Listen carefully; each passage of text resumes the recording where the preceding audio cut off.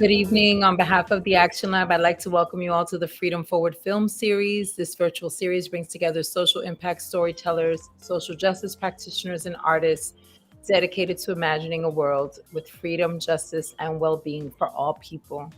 We are extremely honored this evening to host La Guerra Contra Nuestras Escuelas, The War Against Our Schools, by Mikey Cordero, produced by Francis Medina, and to have guests from Puerto Rico to talk about the education justice struggle here on the islands. With that, I leave you, The War Against Our Schools.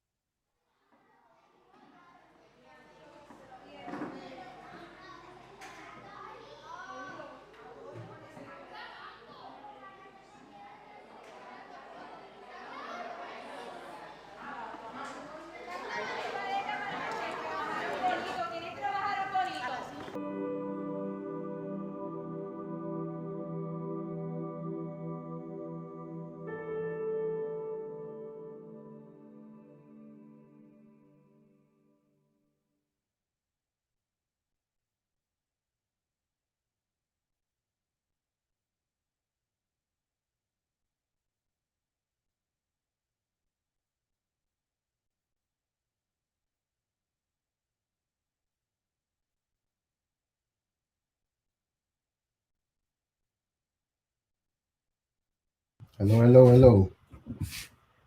Hey, everyone. My name is Mikey Cordero. I'm the director and producer of La Guerra Contra Nuestras Escuelas, The War Against Our Schools. And I'm being joined with Francis Medina, also our producer on La Guerra Contra Nuestras Escuelas. I'm also part of a core member of Defend Puerto Rico, as a digital strategist and a film producer and director. Welcome. Hi, Francis. We would like to thank everyone for joining us tonight for this very special virtual screening of our film. Um, we thankful to Action Lab for giving us the space and allowing us to showcase the film. Not only the film, but also allow us to bring in some very important people that are part of small movements in Puerto Rico that are, on the ground, that are also not only on the ground and fighting for public education rights, but also writing about it, researching about it, and putting some great information out around this topic and what's going on in Puerto Rico currently. Um, Francis, you want to introduce our guests for tonight? Hi, everyone. Thank you for joining us. We're able to continue to use the film to create spaces of dialogue. I'm super to present our panelists collaborating since the start production of this film. There's Lourdes Acción de Maestro. She is not a writer, but she's also an actor and teacher. And Lourdes has in special education. She also has a Bachelor of Science with the second concentration social studies and history. It's been a pleasure to work with Lourdes on this panel, but also impact towards in Puerto Rico. Earlier this year, we were able to different municipalities in Puerto Rico of Lourdes. So it's always an honor. Second to me is Sarah Molina, who's educator and public scholar that works at the intersection of master's studies, feminist humanities. She holds a PhD graduate center and is currently a research associate at Florida. And Sara also is the Puerto Rico syllabus, which we're reading for and I mean, she's a lot of other things. To say much more, a little bit more about, you know, her particularly the research in public education in Puerto Rico with the which we'll talk a little bit more about. So, because I think for me, what's important, the space and who really are doing issues and the themes that are presented, and dive right in. Right, ask a few questions. We also have we have the ones to send questions, chat. I believe Mikey on Facebook and on YouTube, and as you can see, gives you some instructions. Yeah. Thank you, everyone, for joining. Yeah. Please, if you're watching on YouTube and Facebook, make a comment, or you have any questions, you can definitely see it here. So definitely make your comments and ask your questions, and we're going to take some time at the end to respond to any questions that are in the chat. I also want to say, you know, I think, you know, this is part of why, like, as a filmmaker and media makers, as part of Defend Puerto Rico, we do this work because we know and we recognize, you know, that we're just the conduits of shedding light on what's happening and amplifying the real voices of the people doing work in Puerto Rico. So, you know, we always encourage and are grateful to be able to use these spaces and showing the film in conjunction with, you know, bringing to light all the people that are doing the hard work in Puerto Rico and doing the important work around these issues that we also amplify in the film. So Sara, Lourdes, welcome. Yeah. Yes. I answer the questions because I have a lot to offer. There's room for us to continue this space, which is what we want, right? Sara, Lourdes, La Federación, into spaces where they can talk about Rico. So my first question for you, you know that the film we shot over 3 years. So the state of public education is much in Puerto Rico. They are still relevant. About what is happening right now in Puerto Rico. Are there more risks of school closure? Well, hi to everyone. Bueno, voy a hablar un momentito en español por si hay alguien allá dentro de los 88 espectadores. Si hay alguien boricua, pues un saludo, y si no hay personas latinas que hablen español, pues un saludo también caluroso. Sí, aquí tenemos problemas de sonido ahorita, Frances, que tal vez las preguntas las puedes escribir y las leemos. So, what's happening in Puerto Rico? ¿Qué está ocurriendo en Puerto Rico? What's happening right now? Our current situation, it's not opposite of what we have just seen in the film, in the project, right? We are under a huge attack to all public areas, not only education, but education right now. I think it's the main target, not only a target of the government, the local government, but it's a target of the Oversight Fiscal Board. Why it's a target? Because they need to shut down all the the possibility, let me explain a little bit more. They are trying to minimize public funding in all areas. So right now, schools look like a huge investment in Puerto Rico. So they are trying, the public policies are related to make more difficult for me as a teacher to have quality in our schools, because we have a lot of structural problems in the buildings, and we have a lot of control about in curriculum, and we are being like, bueno, voy a decirlo en español, estamos acechados, no? We are facing a lot of bureaucracy, since regarding to planifications or to standardize information. So the current situation right now, it's a fight.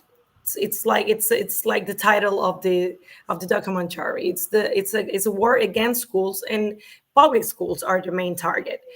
Right now, we have a lot of schools shut down. We have also a power outage in Puerto Rico in several areas.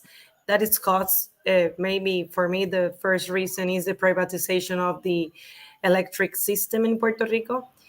It's a fight that we are having here right now, and that power outages around the island, it's affecting the capacity of the schools to make a guarantee of education, to make education a human rights, a common right for all students in Puerto Rico, all public students. So we have a lot of crises in that sense, because all those power outages are making us have difficult, or all schools are working in different schedules around the island. So, we are working class teachers, as we have working class families. They are having a lot of struggle to keep going on the schedules of their lives, because we are having schools shutting, service early in the morning because we have problems with electricity, for example.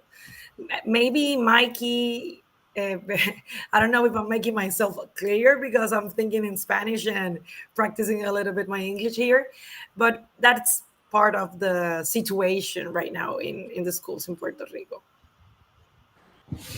Cool. Thank you. Thank you for the update.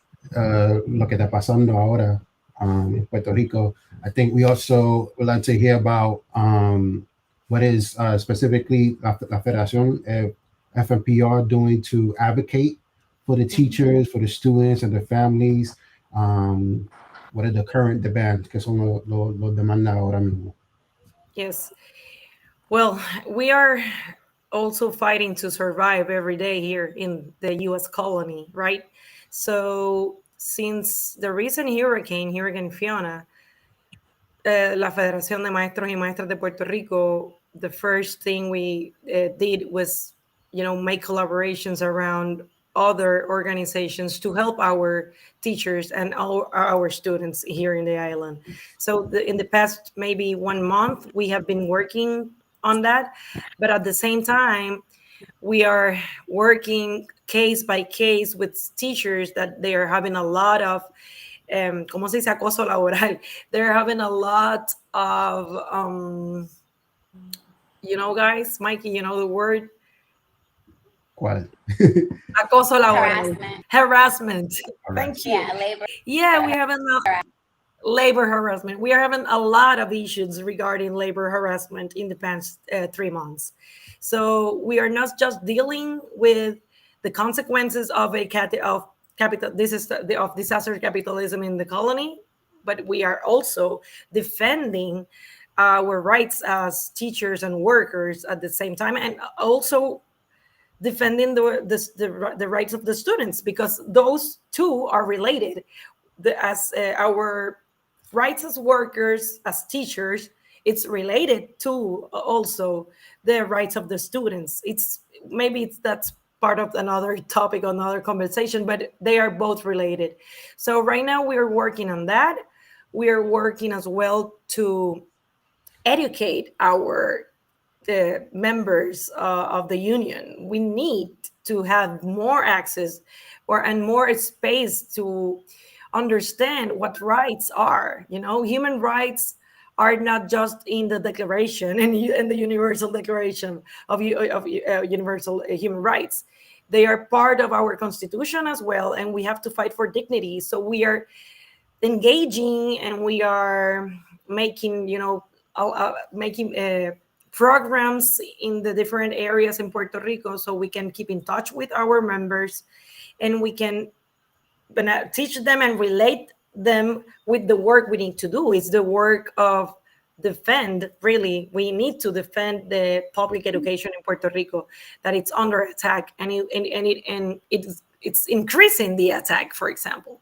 So we need to have all of our teachers around the island educated on human rights based education, and also our workers, our rights as workers. So that's the thing.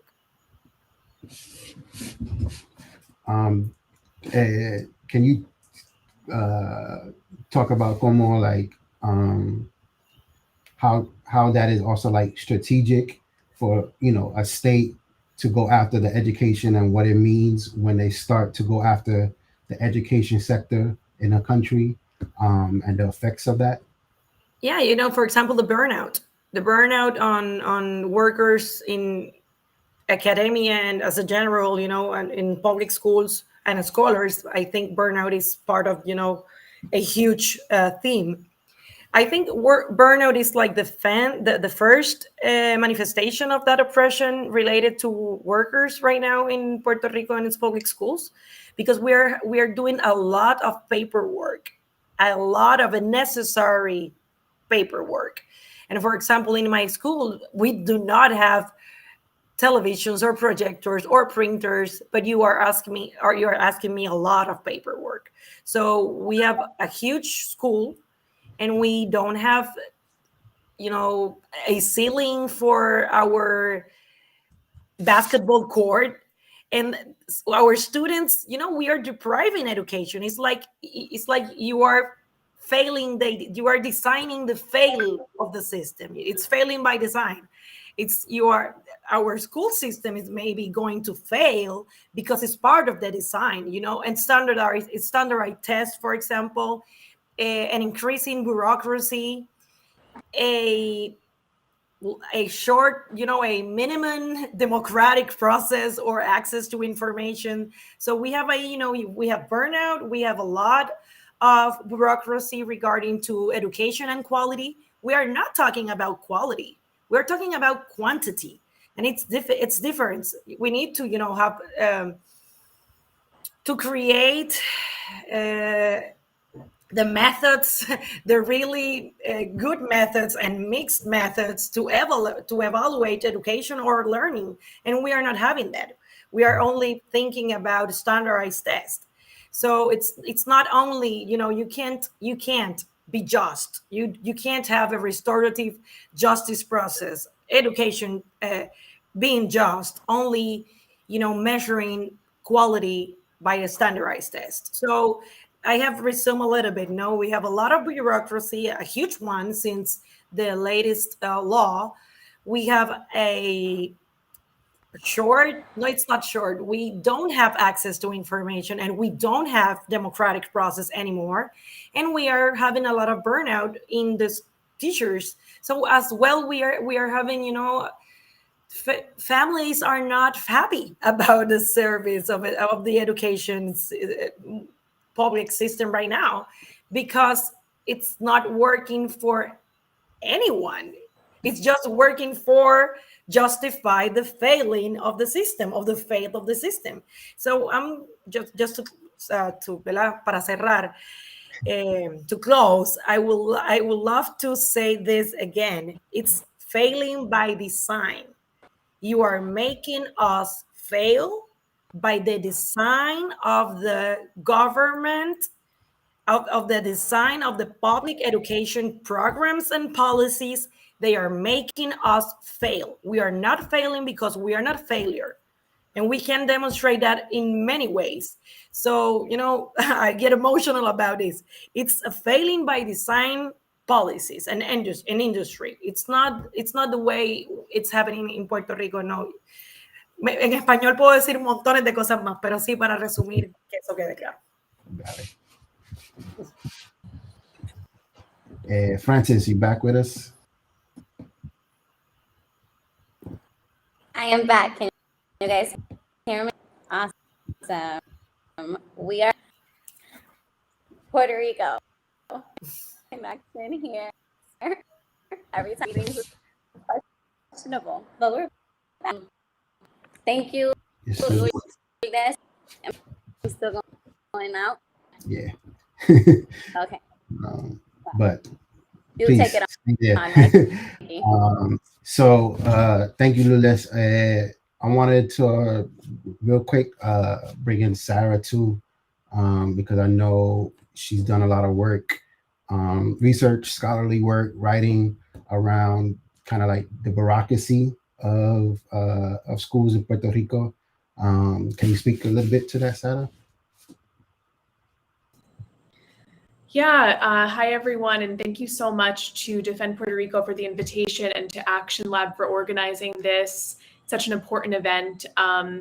Every time I see this film, I learn new things. I'll talk a bit about my research and how it intersects with the themes in this film. So I'm an anthropologist, and I work broadly on how people in Puerto Rico are responding to compound crises, colonial, environmental, and economic, and how they experience especially the kind of daily degradations of debt in their lives. And this, I think, is very much part of the failure by design that Lourdes is speaking about. So I collaborated with the CAM Las Carolinas that is shown in the film, and my research was really to show how their mutual aid center and how their organizing space was part of a larger history of women acting to defend public education in their communities.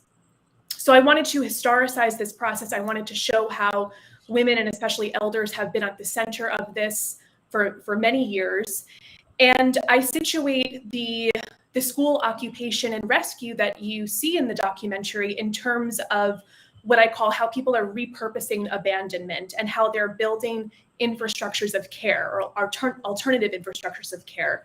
And this refers to how folks are taking back the spaces that have been enclosed by debt, that have been enclosed by this failure by design, as Lourdes mentioned, and how these projects are often facilitated through mutual aid that have longer histories in these neighborhoods. And they're very intergenerational projects, as we see. They're shaping new practices of intergenerational care, and they're working to repair a kind of social fabric that has been really devastated by years of austerity. And Mikey, the bureaucratic part is very interesting, because part of educational reform, eventually there was proposals put forth and processes to supposedly let communities, take back their schools or rent through compraventa, things like that, these closed schools. But what I found in my research and in the CAM Las Carolinas was that these processes, again, are actually designed to exclude the communities, right? The rentals of the closed schools are going to organizations that have a lot of money, that have kind of different political connections, and the whole bureaucratic process of applying to rent the school is just completely exclusionary, and it's not a process that is accessible to grassroots community organizations, to mutual aid practitioners in the context of crises. So again, this is failure by design in terms of these schools, regardless of the legislative projects, the government does not want them necessarily returned to the communities. Yeah, I think part of what part of the film, is not only like we try to present what the education problem is, right? Affecting the teachers, affecting the students and the families, but then also cover the response to that, right? And the people's response and the movements that and stress that, people are not standing by. They don't want to stand by, right? They don't want to let this happen, but that our communities like taking action and responding. But even in doing that, that is also a struggle on top of what they're going through, right? The processes that they have to go to in order to like fight back, in order to like reclaim spaces, to own spaces in Puerto Rico. Even like when they want to fight back and when they want to respond, they're met with even more struggle on top of that. And like you guys said, it's definitely by design and to turn people off into responding in this way. And that's why we call it a war on on education in Puerto Rico, because that is essentially what it is, systematically and publicly, right? Lourdes, a lot of people are asking kind of what the role is of folks stateside and outside of Puerto Rico. What type of like actions and response can they take to help FNPR, to help kind of the policies you guys want to push right now, or changes to policies that you want to push right now? So what can folks, do? Yes. Mira, in the first place, I think we shouldn't be naive about economic interventions. Maybe I want to be very clear with this, but we shouldn't be naive in terms that the main goal is to protect public education. So I'm saying this because, we need a lot, we really need a lot. In my schools, for example, we don't have printers. It's just, and my school is on the capital. I'm in San Juan. So if the schools in San Juan don't have ceilings in the basketball courts, you need to think what is happening in the interior, in the rural areas of Puerto Rico. And you need to think what is happening in the South, that since the earthquakes, they don't have schools yet. So it's a very complicated. So, for example, maybe we need a lot of I'm forgetting the words. You need to be advocates as we are advocates in Puerto Rico. So we need to have a common narrative. We need a common narrative towards disaster capitalism applied in Puerto Rico. So for us here in our great island in the Caribbean, we need a common narrative. Yes, we need economic support, but we shouldn't be naive about it. So, for example, we need to build up a common narrative, and how we do that. But like today, we are reaching out and we are communicating and we are connecting. So we need a lot of more spaces like this in las Federación de Maestros y Maestras. We need, to have more conversations with teachers in the U.S. And you can follow us on Instagram, of course, Facebook and Twitter. But we are grateful if we have, human connections. If you think you can help, maybe you can write us on those social networks, and when we should meet, we should meet digitally, and we need to again build up a common narrative, because the war, it's against the schools in Puerto Rico, but it's also going to have effects on the US, because we have a lot of displacement and we are having a lot of family issues, broken families, a lot of depression, mental health. It's on stake as well. So it's not easy. I know a lot of teachers that they are in the US right now, but they didn't want to go. They didn't want to live. So maybe I think I was clear, we have to build up a common narrative. We shouldn't be naive about economic funding as well. And for example, you can follow us on different social networks. So that's up. Also want to, like you said, like we need the common narrative, and part of, us as like media makers and filmmakers and making the film, we made the film to support you in all this. And part of making that film, we also collaborated with PR Syllabus to create a viewing guide for the film. So people who are watching it outside of Puerto Rico and even inside Puerto Rico kind of have some guiding questions and a micro syllabus around everything around and giving context to what's happening in the film and giving more pathways for people to educate themselves and also kind of take action. Sarah was one of the people that was instrumental in putting that together. So Sarah, can you talk a little bit about what we did for the viewing guide for La Guerra?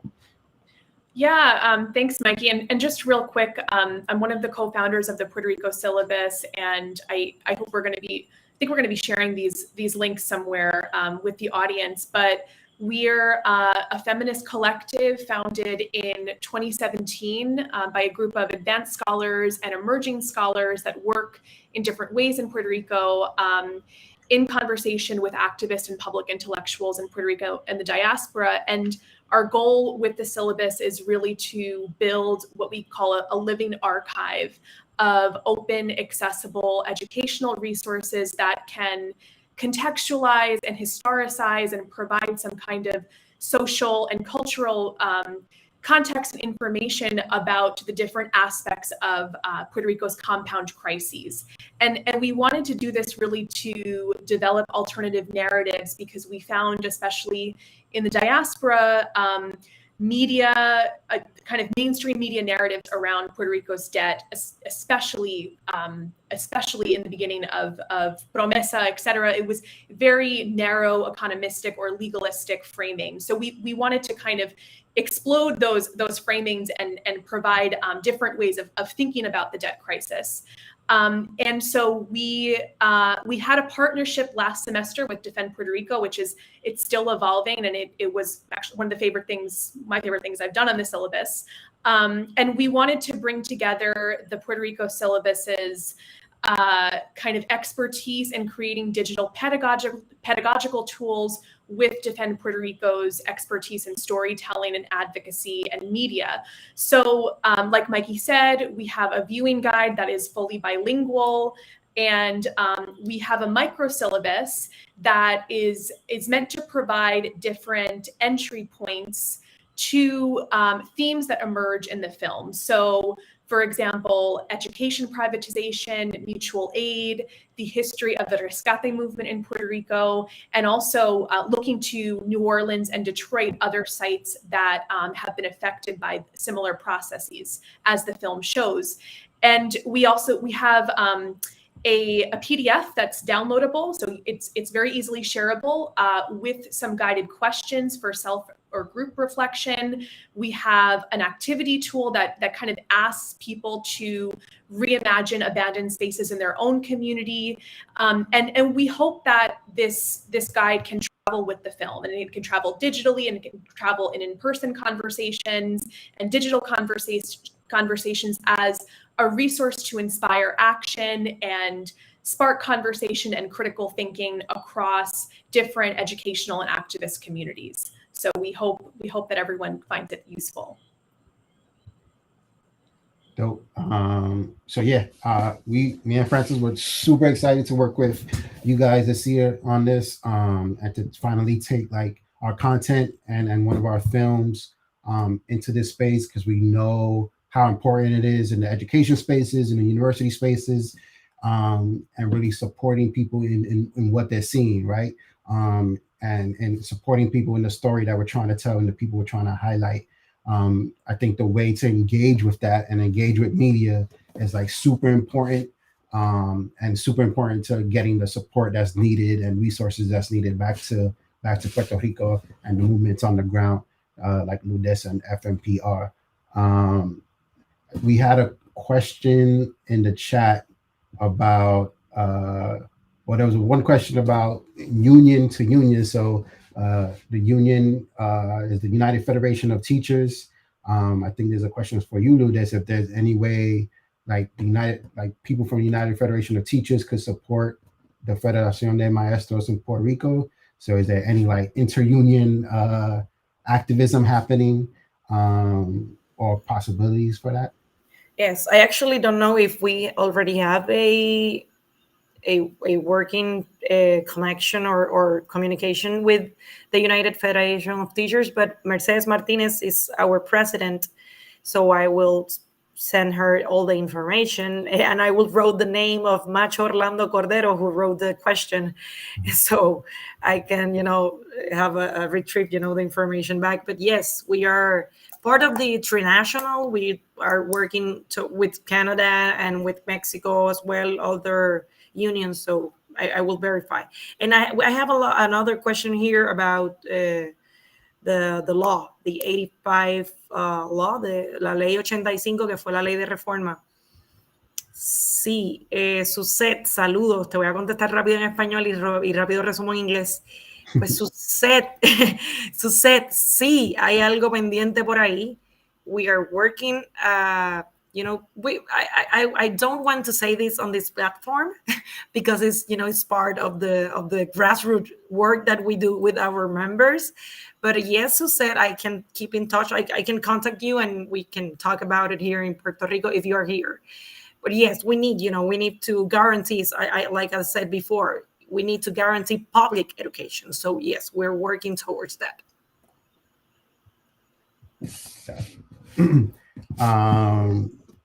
Cool. So I kind of want to start to wrap things up for us. I think, it was great to be able to share like everything around this film. I think we really want to keep doing this and, take advantage of whenever we could do this and bring, somebody from FMPR, somebody from the movements featured in the film. So I wanted to kind of one more question.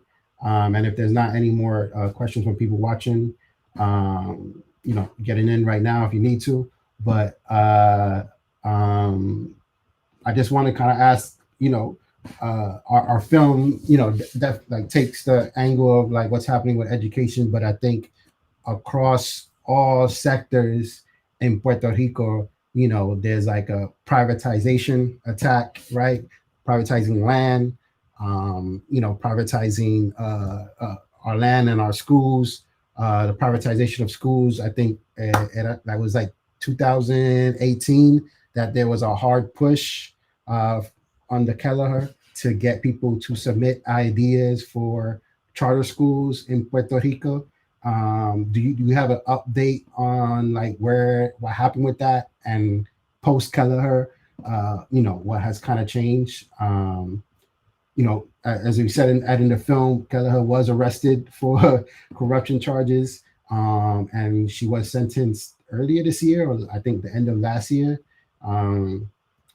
It was, in my opinion, the sentencing was a slap on the wrist. I think it was like 6 months probation or a house arrest or algo así.